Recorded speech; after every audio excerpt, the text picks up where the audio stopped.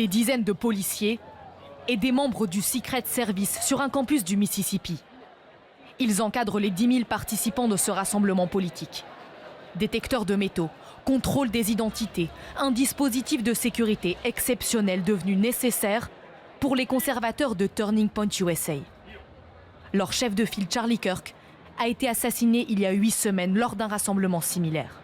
À l'entrée du stade, comme un autel à la mémoire de l'influenceur. Un siège vide et le même t-shirt que celui qu'il portait le jour de son assassinat. Une figure est très attendue, sa veuve, Erika Kirk. C'est elle qui reprend le flambeau. Elle appelle ses militants à oser s'exprimer, malgré les risques.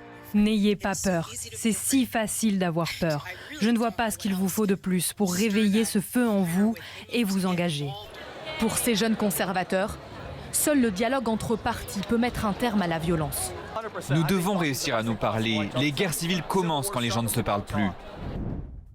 Des attaques et des menaces politiques qui se multiplient, plus 25% en 2 ans rien qu'envers les membres du Congrès. Parmi les incidents marquants, cette tentative d'assassinat contre Donald Trump, encore candidat. Les images du futur président blessé à l'oreille ont marqué l'Amérique.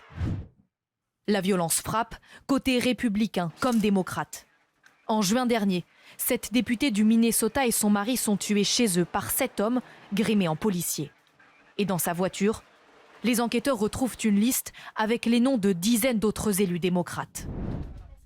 Dans tout le pays, ils sont nombreux à vivre dans la peur, comme ce député de l'État de Virginie. Il y a 2 mois, un habitant lui envoie ce mail de menace. Je vais venir dans vos locaux avec un fusil d'assaut et je vous laisse imaginer la suite. Il a placé son domicile sous surveillance, ne se rend à aucun événement public sans 2 gardes du corps, mais il refuse de quitter la vie politique. Je vais continuer à parler des sujets qui me tiennent à cœur, même ceux qui peuvent déplaire à certaines personnes. Je ne vais pas me censurer à cause de ces menaces.